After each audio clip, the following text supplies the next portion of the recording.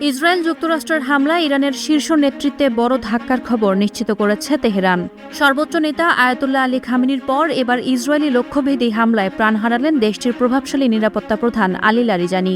লারিজানির সাথে তার ছেলে ও ডেপুটিও এই হামলায় নিহত হয়েছেন বলে নিশ্চিত করেছে তেহরান।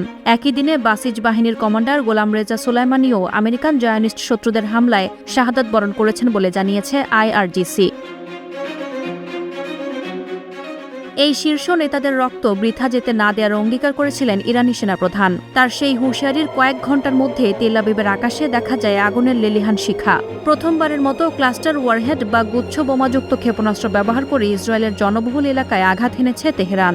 মাঝ আকাশে শত শত ছোট বিস্ফোরকে বিভক্ত হওয়া এই ক্ষেপণাস্ত্র ঠেকানো ছিল প্রায় অসম্ভব।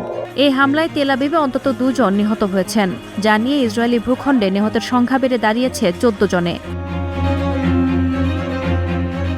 সংঘাতের আঁচ পৌঁছেছে ইরানের পারমাণবিক স্থাপনা পর্যন্ত।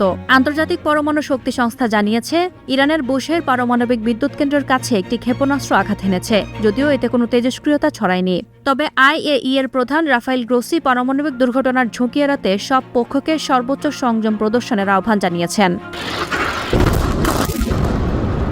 এদিকে হামলার জবাবে বুধবার ভোরে কোনো ধরনের আগাম সতর্কবার্তা ছাড়াই মধ্যবৈরুতে চালানো ইসরায়েলি বিমান হামলায় অন্তত 6 জন নিহত হয়েছেন। একই সময় ইসরায়েলি সামরিক বাহিনী লেবাননের রাজধানীর আরেকটি এলাকায় হামলার হুমকি দিয়েছে। জনবহুল জুকাক আল ব্লাত এলাকায় একটি অ্যাপার্টমেন্টে হামলায় অন্তত 6 জন নিহত হয়েছেন। বৈরুতের কেন্দ্রস্থলে চালানো এই হামলাগুলো এখন কোনো নিয়মনীতির তোয়াক্কা করছে না। বিশ্লেষকদের মতে ইরান ইসরায়েল সংঘাত এখন পূর্ণমাত্রার আঞ্চলিক যুদ্ধের রূপ নেওয়ার ঝুঁকিতে রয়েছে, যা মধ্যপ্রাচ্যের স্থিতিশীলতাকে আরও অনিশ্চয়তার দিকে ঠেলে দিচ্ছে। সাদিয়া ইয়াসমিন, প্রথম আলো।